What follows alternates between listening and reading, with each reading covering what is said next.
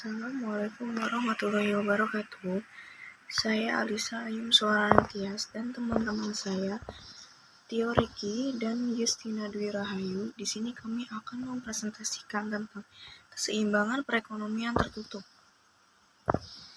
Keseimbangan ekonomi tertutup.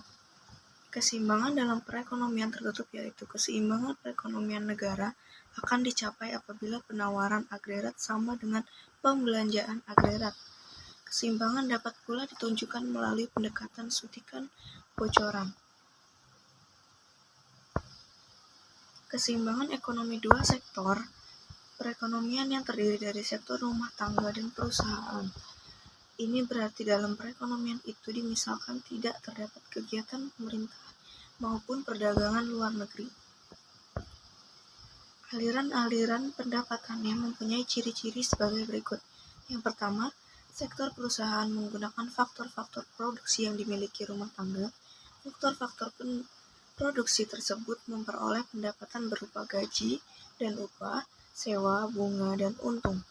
Yang kedua, sisa pendapatan rumah tangga yang tidak digunakan untuk konsumsi akan ditabung dalam institusi-institusi keuangan. Selanjutnya, sebagian besar pendapatan yang diterima rumah tangga akan digunakan untuk konsumsi, yaitu membeli barang-barang dan jasa yang dihasilkan oleh sektor perusahaan. Terakhir, perkenalkan, saya Tio Riki. Di sini saya akan coba melanjutkan presentasi yang sebelumnya dibawakan oleh teman saya Alisa.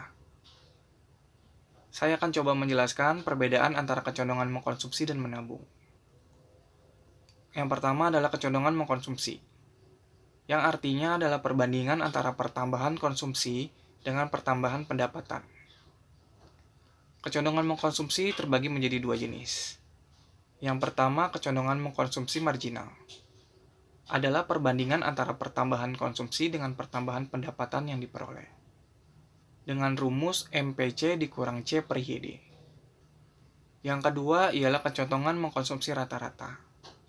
Adalah perbandingan antara tingkat pengeluaran konsumsi dengan tingkat pendapatan disposable. Dengan rumus APC dikurang C per YD. Sedangkan kecondongan menabung ialah perbandingan antara pertambahan tabungan dengan pertambahan pendapatan. Kecondongan menabung juga terbagi menjadi dua jenis. Yang pertama, kecondongan menabung marginal, yang artinya perbandingan antara pertambahan tabungan dengan pertambahan pendapatan disposable. Yang kedua, kecondongan menabung rata-rata, artinya perbandingan antara tabungan dengan pendapatan disposable. Mungkin sekian presentasi dari saya. Selanjutnya akan dilanjutkan oleh teman saya Justina. Baik, saya Justina Dwi Rahayu akan melanjutkan penjelasan dari teman saya Alisa dan Tio Riki. Faktor yang menentukan konsumsi dan tabungan. Yang pertama, kekayaan yang dimiliki. Dua, tingkat bunga dan sikap hemat. Ketiga, distribusi pendapatan pada masyarakat. Dan yang terakhir adalah keadaan perekonomian. Keuntungan perekonomian tertutup. Perekonomian domestik memenuhi semua kebutuhan dari sumber daya domestik. Terhindar dari risiko nilai tukar dan guncangan perekonomian global. Risiko resesi atau depresi menular melalui perdagangan internasional dan aliran modal. Kerugian perekonomian tertutup.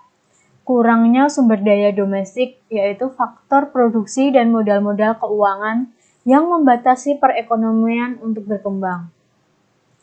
Lebih sedikit variasi produk, karena pasokan hanya berasal dari produksi domestik, dan dikucilkan dari pergaulan internasional. Sekian dari kelompok kami, apabila ada kesalahan kami mohon maaf. Sekian dan terima kasih.